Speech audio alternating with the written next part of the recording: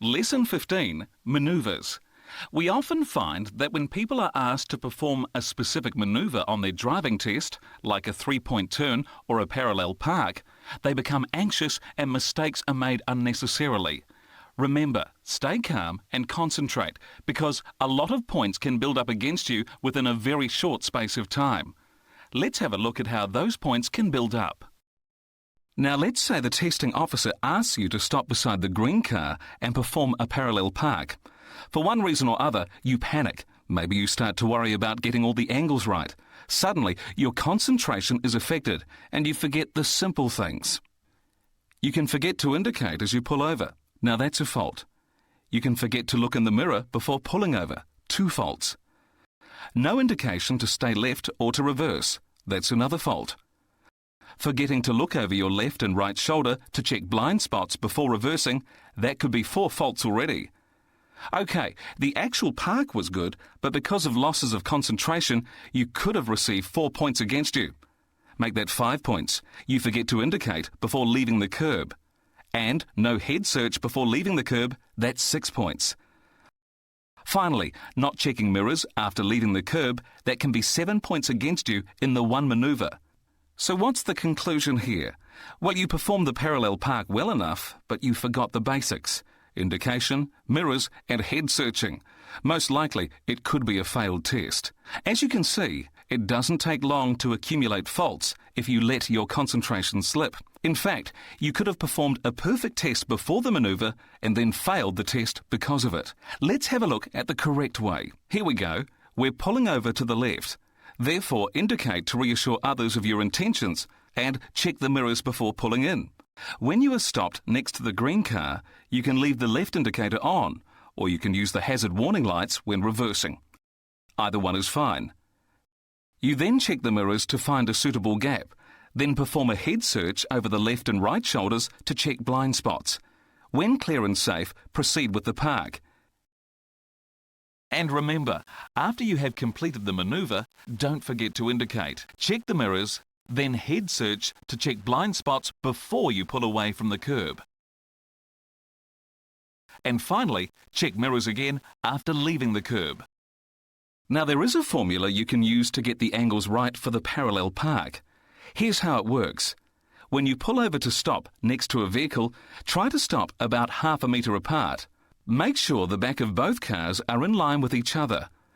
Now bring the front of the car out to the 1 o'clock position and straighten the wheels just before you stop. Now reverse the vehicle straight back until the front left corner of your car is in line with the back right corner of the parked car. Now bring the front of the car in toward the curb and it's done. The 3-point turn. You've been asked to do a 3-point turn. Indicate, check the mirrors and pull into the side of the road when safe. Now, before moving off, indicate your intention by signalling right. As stated in the road code, this is the only signal required for the 3-point turn. Check the mirrors and head search to check blind spots before moving. Now think, you'll need a bit more time for this one. OK, it's all clear. Do the first part of the turn. Now, if need be, put the handbrake on here to stop the car from rolling forward. Do not allow the tyres to touch the curb.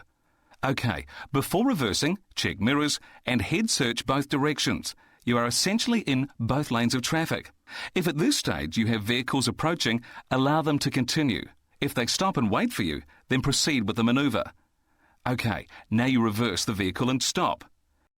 You now check mirrors and head search over your left and right shoulder again just before you drive off. Finally, check the mirrors again as you straighten up. Look at that, a perfect 3-point turn. The U-turn.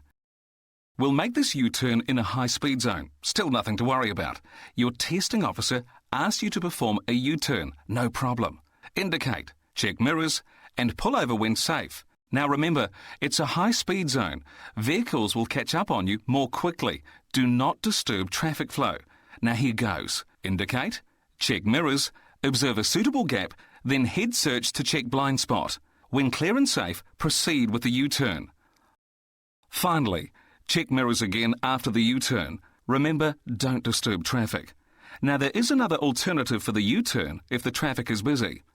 If the road is busy and you've been waiting ages for a suitable gap, you can perform the U-turn in 2 parts. There's nothing wrong with that. Here's how it works.